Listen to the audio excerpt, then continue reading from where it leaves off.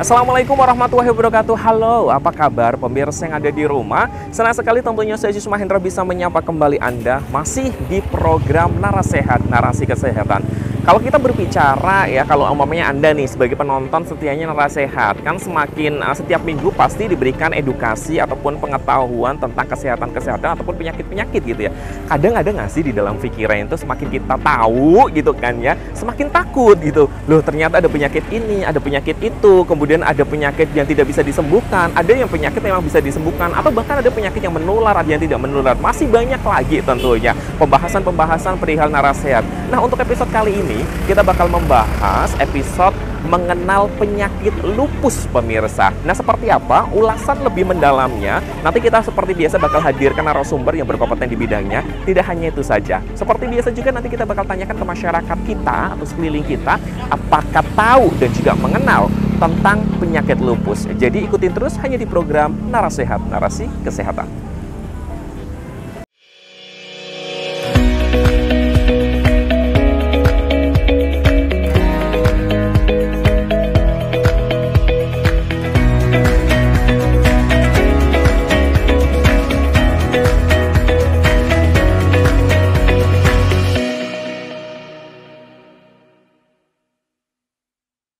Di sini ada Tengku Wisnu sama Siren Sungkar. Luar biasa. Nah, Siren Sungkar, apa kabar? Ya, baiklah. Baik ya. Tengku Wisnu, baik? Baik, ya, sehat. Ini luar biasa. Para selebriti pada mampir di Kota Pekalongan, ya pemirsa ya. Nggak bercanda ya. Kita kenalan terlebih dahulu. Ibu, ini dengan Ibu siapa? Zainab.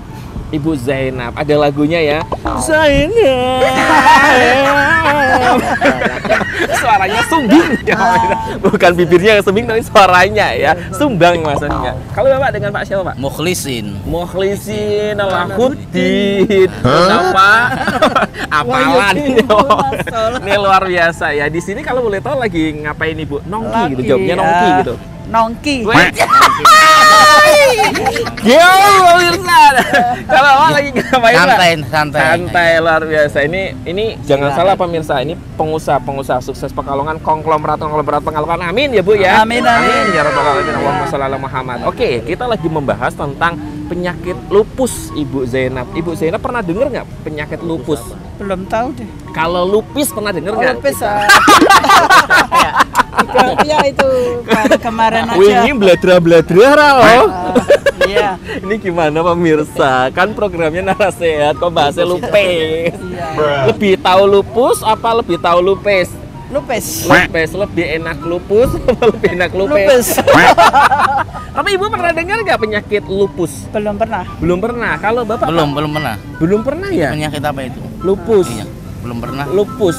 Lupus itu kalau mamanya nggak ada duit, dompetnya kosong, kepala pusing, senut-senut, Bapak lupus deh. Ini yang bener dong. Mana sih programnya? Semakin ke sana semakin ke sini deh ya. Iya. Tapi bener-bener belum pernah dengar penyakit lupus ya Bu ya. Belum mungkin sama apa saudara sekali. atau Iya. mungkin tetangga. Alhamdulillah jangan ada ya. Alhamdulillah. Nah, jadi tak kasih deskripsi sedikit Tahunnya ya. itu Apa penyakit apa Pak? COVID-19 COVID-19 meriang ngelapi tonggone yo. Oke, kalau Ibu Zainab sama Pak Sobirin ini tidak Mulisin Sobirin. Mulisin ini tidak tahu lupus itu adalah salah satu penyakit bawaan ya, itu tidak bisa disembuhkan Ibu, dan biasanya itu bisa bisa diindikasikan sebagai lumpuh, kemudian juga ibaratnya itu rambutnya nanti bisa rontok dan lain sebagainya seperti itu. Gimana badannya panas?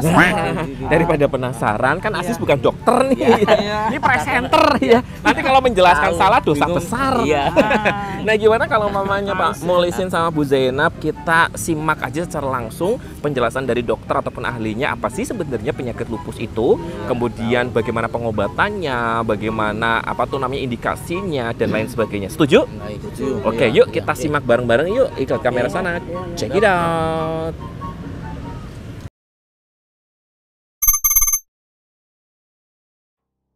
Lupus itu berasal dari bahasa Latin. Jadi 1 abad yang lalu Lupus artinya adalah anjing hutan sebenarnya, karena pada zaman dahulu bentuk penyakit lupus itu ada ruam-ruam kemerahan di wajah, hidung maupun tangan maupun dada, kaki, sehingga mirip anjing hutan. Jadi istilah lupus sebenarnya dari zaman dulu bahasa Latin adalah anjing hutan. Nah, penyakit lupus sebenarnya adalah gangguan kekebalan tubuh kita. Jadi produksi imun atau kekebalan tubuh kita itu produksinya bertambah, tetapi dia menyerangnya bukan virus atau bakteri yang seharusnya diserang, tapi dia akan menyerang jaringan sel-sel tubuh yang sehat. Akibatnya akan terjadi peradangan di mana-mana di seluruh organ di tubuh kita, peradangan dan organ jadi rusak. Nah, penyakit lupus ini disebut juga penyakit 1000 wajah. Bukan wajahnya 1000, bukan, tapi gejalanya banyak sekali dari ujung rambut sampai ujung kaki, sehingga dokter atau tenaga medis bisa salah diagnosa tentang penyakit lupus ini kalau tidak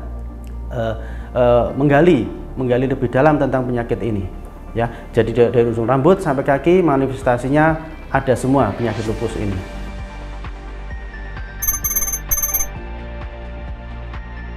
Penyebab pastinya sampai detik ini belum diketahui oleh para ahli, tapi diduga ada 3 faktor yang berhubungan. Yang pertama adalah faktor genetik, jadi keturunan. Jadi dari orang tua, kakek, nenek, buyutnya ada yang kena penyakit lupus.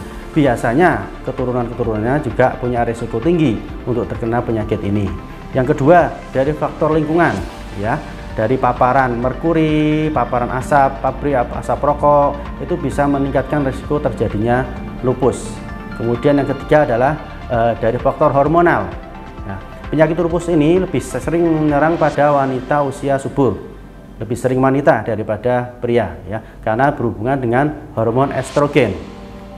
Pria tidak punya hormon estrogen, yang punya adalah wanita. Jadi wanita usia subur, estrogennya produksinya meningkat. Estrogen inilah yang akan meningkatkan produksi antibodi tubuh. Nah, celakanya antibodi tubuh yang meningkat ini tidak menyerang kuman atau virus atau bakteri, tapi menyerang sel-sel yang sehat.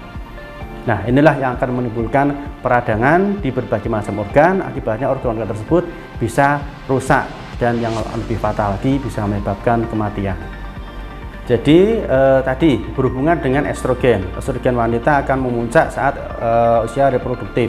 Biasanya perempuan usia 15 sampai 50 tahun, ya. Rentang umur itulah kadar estrogen sedang tinggi-tingginya, ya. Dia akan menurun sejalan dengan masa menopause dari perempuan tersebut.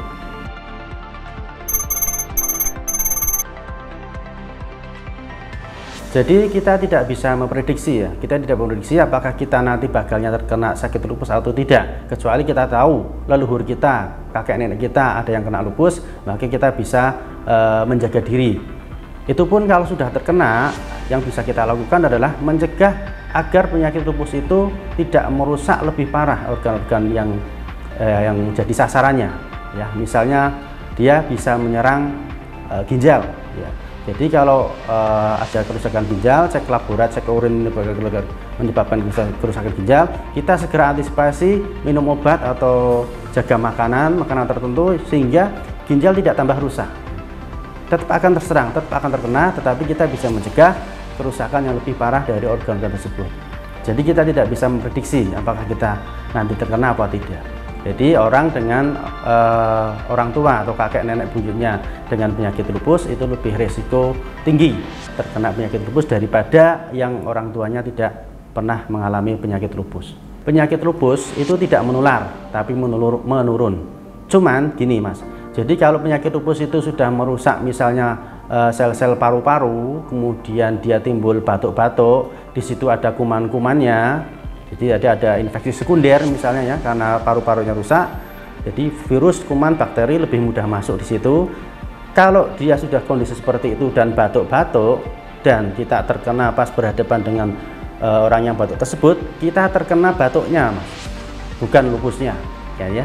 Jadi kita kena penyakit radang paru-parunya. Jadi si pasien lupus karena lupus tersebut, jadi antibodinya itu menyerang sel-sel paru-paru sehingga paru-parunya rusak. Di situ timbul bakteri dan virus, kuman, dia jadi batuk-batuk, sesak napas, ya. batuk-batuknya itulah kalau dia tidak memakai masker, tidak pakai APD, bisa menularkan ke orang lain. Jadi yang menular adalah batuknya, bukan lupusnya. Itu.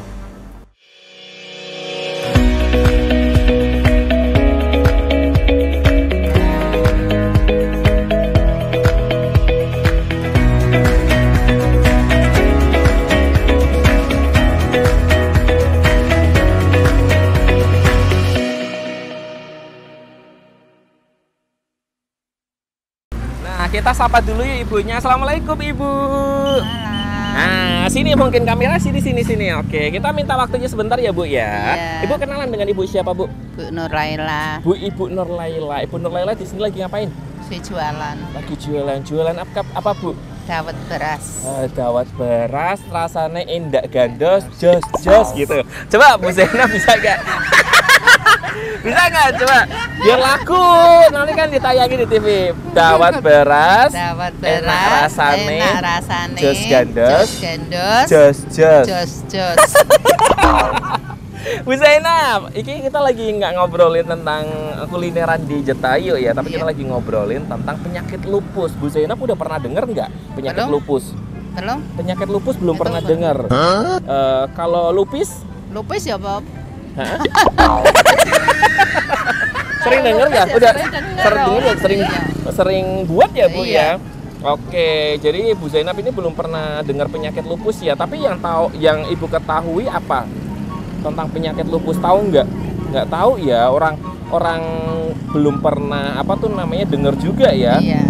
Oke. Biasa penyakit itu panas. Gimana? Biasanya yang tahu apa? Penyakit panas. Ya itu panas, mumet, batuk. Mumet, apalagi kalau umpamanya dompetnya kosong, Bu, mumet nggak Bu? Dompetnya kosong ya orang mumet meneh. Moplok ya Bu Zainab ya. Ja. Sekolah. Buat pemirsa yang ada di rumah ini kayaknya panas di Pekalongan agak lumayan luar biasa ya. Akhir-akhir ini kalau umpamanya kita daya tahan tubuhnya tidak kuat, ini bisa menyebabkan kita uangnya habis. Setuju? Setuju. Oke, di samping Aziz sekarang sudah ada. Jangan nakal dong ya. Jadi buat pemirsa yang ada di rumah, di samping Aziz ini udah ada masyarakat Kota Pekalongan yang lagi asik nih di sini. Kayaknya kelihatan gagah sekali. Kita kenalan lagi dengan Pak siapa? Yusuf Naim. Wes, Pak Yusuf. Ini dipanggilnya Pak, apa Mas, apa Abang, apa Dedek? Nah, kelihatannya apa? Ini sepertinya apa setengah apa? Mbah loh. Mbah ya sepantas. Mas Karena aja ya. Udah punya cucu. Cucunya dari ponaan. Cucunya dari ponaan, luar biasa sekali. Enggak ya, bercanda ya. Ini masih muda, kita panggil Mas saja. Oke. Mas Putu. Mas Putu, Mas siapa? Mas Yusuf. Mas Yusuf. Dari Yusuf ke Putu. Mas Yusuf lagi nyantai ya Mas Yusuf ya, biasa ya. Gimana akhir-akhir ini after lebaran, apakah mantap? Alhamdulillah, kandungan pun luar biasa. Kembali beraktivitas ya? Masih tetap aktivitas. Oke, ya. Situasi lingkup sini ramainya lebaran juga. Jadi lebaran nggak lebaran tetap aktivitas gitu ya intinya pemirsa. Tapi kita nggak bakal bahas aktivitas nih Pak Yusuf, Mas Yusuf ya. Kita bakal bahas tentang penyakit lupus. Pernah dengar nggak? Ada. Pernah dengar?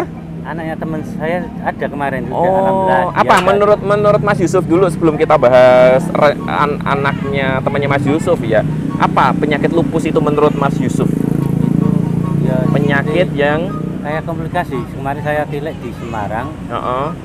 Rambutnya juga brodol juga sih. Oh, brodol artinya panas, mungkin panas dari dalamnya juga. Rontok ya. Ini bahasa Belandanya keluar ya. Kemarin tuh sih. Brodol rontok ya pemirsa ya. Mau lebaran. Puasa saya di Semarang. Oke. Jalan meninggalnya juga mau puasa. Innalillahi wa inna ilaihi raji'un. Jadi karena katanya ya dengar memang pengobatannya susah juga sih. Pengobatannya susah. Ya berarti lupus ya. Oke, kalau menurut Pak Yusuf pribadi nih ya, kalau melihat penyakit lupus seperti ini harapannya seperti apa sih gitu? Nih saya lihat saya butuh antara hidup dan mati itu Oke, alam sih, iya. Terus Jadi itu bisa buat pembelajaran kita juga ya, Pak. Saya tidak berdaya itu nanti saya lihat. Jadi lillahi ta'ala gitu ya, kita Allah belajar alam. dari orang-orang ataupun teman-teman kita yang terkena penyakit lupus. Jadi kita harus menaatkan ataupun menguatkan iman kita kepada Ya, Allah Subhanahu wa betul. taala gitu ya, meningkatkannya. Utama Amin ya rabbal. Pak Yusuf, terima kasih banyak Ya. ya. Luar biasa sekali ya pemirsa ya, dilalah pakai bahasa Belanda juga nih. Iya, Pak Yusuf ini temannya baru kemarin sebelum Ramadan ini menjenguk gitu ya, salah satu temannya yang memiliki putra ataupun putri yang terkena penyakit lupus gitu. Tapi benar kata Pak Yusuf bahwa penyakit lupus ini ternyata tidak bisa disembuhkan gitu. Memang harus melalui pengobatan yang cukup intens gitu ya. Dan Pak Yusuf pasti penasaran kan bagaimana sih sebenarnya secara detail penjelasan dari ahlinya ataupun dokter. Penasaran kan? Iya. Yuk kita lihat bersama-sama Pak Yusuf. Check it out.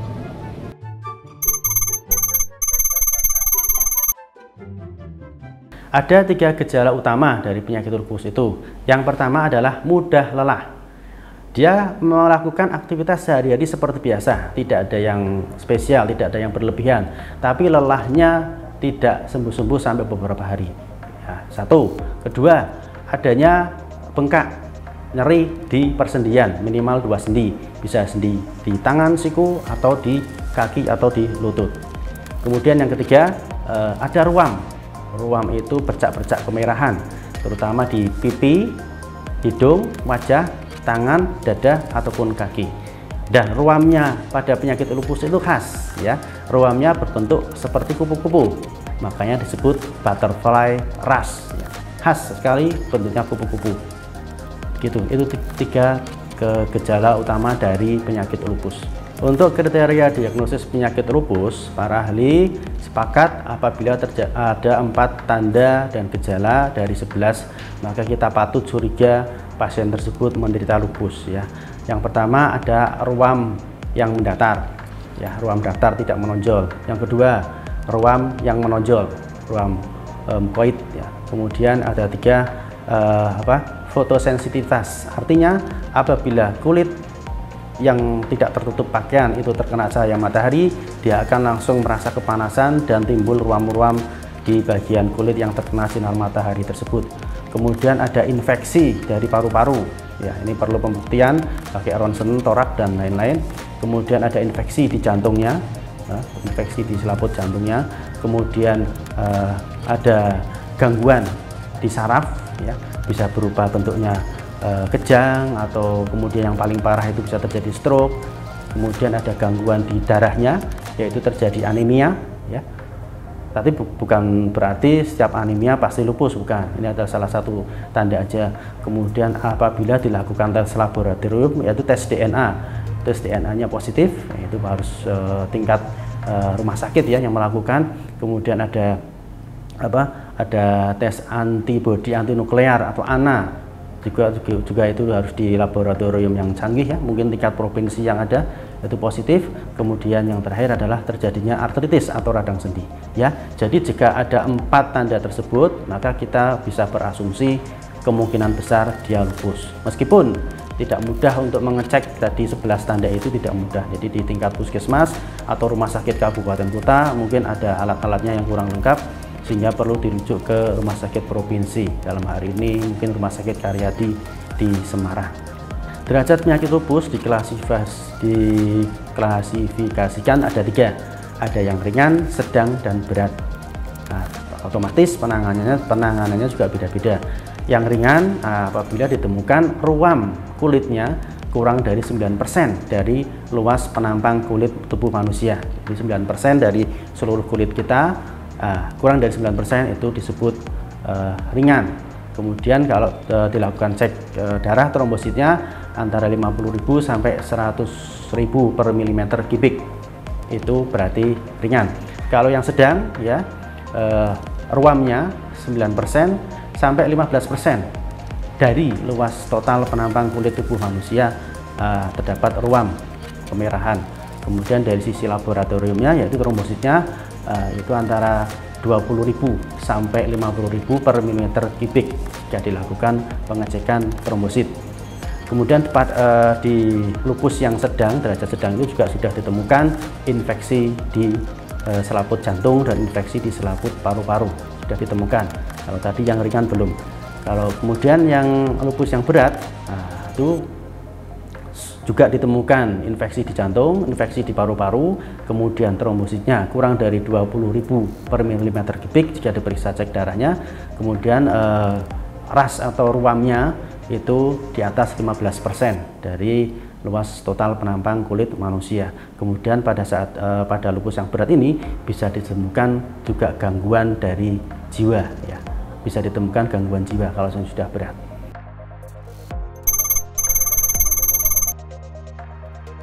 Penyakit lupus adalah penyakit kronis, jadi pengobatannya bisa dikatakan seumur hidup. Kalau lepas obat, ya nanti gejalanya timbul lagi. Ya, pengobatannya seumur hidup, seperti HIV juga seumur hidup. Nah, kemudian menyebabkan kematian apabila deteksi dirinya terlambat. Kita mendeteksi terlambat, sudah terjadi kerusakan organ yang multi organ. Tadi kan menyerang banyak ya. Dia menyerang jantung, dia menyerang paru, dia menyerang ginjal. Kalau kita deteksi dirinya lambat, sudah terjadi kerusakan multi organ, ya itu bisa fatal menyebabkan kematian. Selama saya di UPT Puskesmas Pekalongan Selatan belum ditemukan ke arah tanda-tanda itu. Kan tadi minimal 4 ya, 4 dari 11 itu kita patut curiga itu adalah lupus. Ya, selama saya praktek di Puskesmas Pekalongan Selatan belum saya temukan yang memenuhi 4 tanda-tanda tersebut.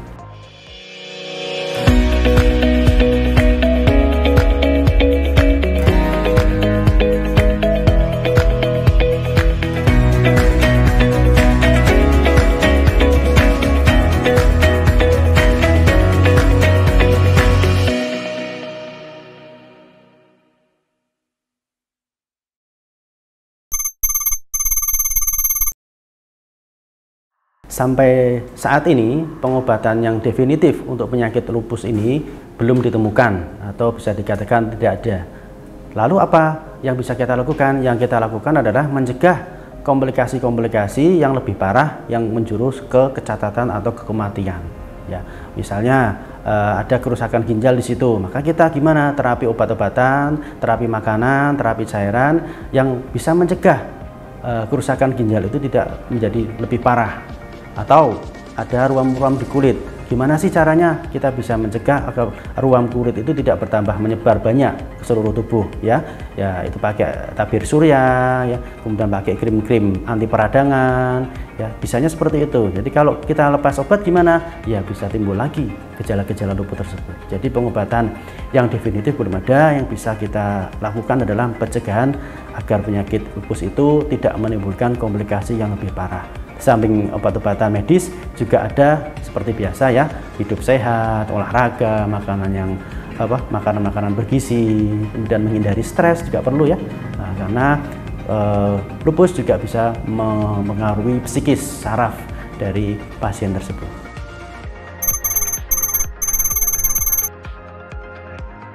Lupus pada ibu hamil itu perlu perhatian ekstra ya, seperti ibu hamil dengan HIV/AIDS ya.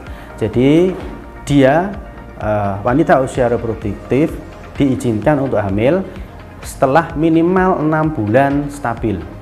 Stabil dalam arti penyakitnya atau ruamnya atau tanda-tanda kerusakan organ lainnya tidak bertambah parah atau stagnan atau menurun atau membaik lah. Atau efek dia minum obat yang diminum itu tidak menimbulkan efek yang berarti, tidak merusak liver maupun ginjal. Nah, makanya dia sudah diperbolehkan untuk hamil. Tapi kalau kriteria itu belum dipenuhi, sebaiknya jangan dulu hamil. Kenapa? Karena ada yang namanya lupus neonatus. Ya, jadi lupus itu ditularkan dari si ibu yang menderita lupus, ditularkan ke bayinya lewat tali pusat. Untuk mencegah itu semua, syaratnya minimal 6 bulan stabil dari pengobatannya maupun stabil dari gejala klinis penyakitnya.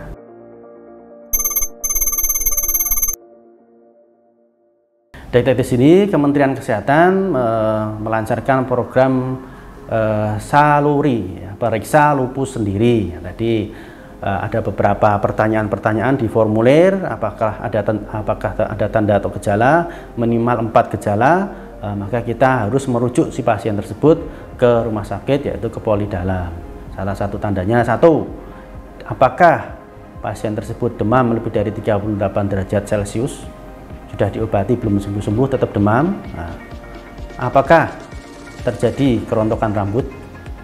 Apakah terjadi ruam di pipi? Khas bentuknya seperti kupu-kupu. Apakah terjadi ruam kemerahan yang nggak hilang di bagian dada, tangan, atau kaki?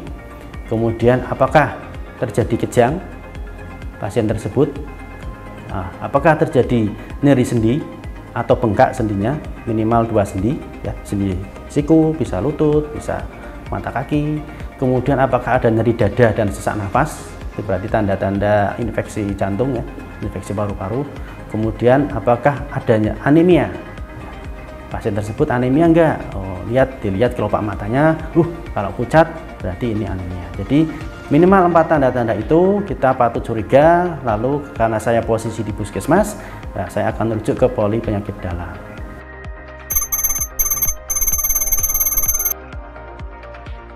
Untuk teman-teman, kawan-kawan Batik TV, pemirsa Batik TV yang kebetulan diberi anugerah cobaan dari Allah Subhanahu wa Ta'ala berupa sakit lupus ini, tetaplah bersemangat.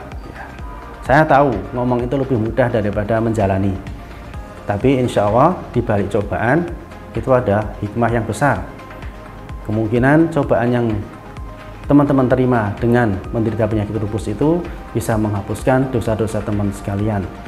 Ya, nanti di akhirat kelak akan mendapatkan gantinya berupa pahala yang besar dari Allah Subhanahu wa Ta'ala, dengan syarat teman-teman sekalian semangat, tidak menyalahkan siapa-siapa, apalagi tidak menyalahkan Tuhan, tetap bekerja, tetap berbakti, beribadah, kemudian tetap produktif, dan jangan lupa minum obat teratur, jangan putus asa, ya. Jangan selalu memandang ke atas, ya. Masih banyak teman-teman kita yang penyakitnya lebih jauh hebat daripada lupus, ya. Penderitaannya jauh lebih hebat daripada lupus. Jadi besok adalah hari lupus dunia, tanggal 10 Mei. Insya Allah teman-teman sekalian yang di Kota Pekalongan yang kebetulan menderita penyakit lupus, tetap semangat, ya. Jangan patah arang, karena semua itu milik Allah dan akan kembali juga ke Allah juga, ya. Semua di dunia ini adalah titipan, ya. Kita hanya bertugas menjaga, kemudian tabah, tawakal menghadapi semua cobaan. Semua manusia pasti punya cobaan. Oke, ini gimmicknya dawet beras, ya. Udah pakai jas ini. Oke, nggak masalah. Jadi kalau mamanya kita berbicara tentang penyakit lupus itu, ternyata penyakit ini merupakan salah satu penyakit bawaan, ya pemirsa. Dan yang paling perlu diwaspadai, ternyata bahwa penyakit ini tidak bisa disembuhkan. Jadi mulai sekarang mungkin buat pemirsa yang ada di rumah bisa menerapkan pola hidup sehat agar tentunya kita bisa terhindar akan penyakit-penyakit yang tidak bisa disembuhkan ataupun penyakit-penyakit yang lainnya. Semoga tayangan tadi bisa menjadi manfaat ataupun edukasi untuk kita semuanya. Dan tentunya juga saya mengucapkan terima kasih banyak untuk pemirsa yang sudah setia untuk menyaksikan program Narasehat. Saya Aziz Mahendra harus pamit undur diri di hadapan Anda. Terima kasih sekali lagi. Wassalamualaikum warahmatullahi wabarakatuh. Sampai jumpa.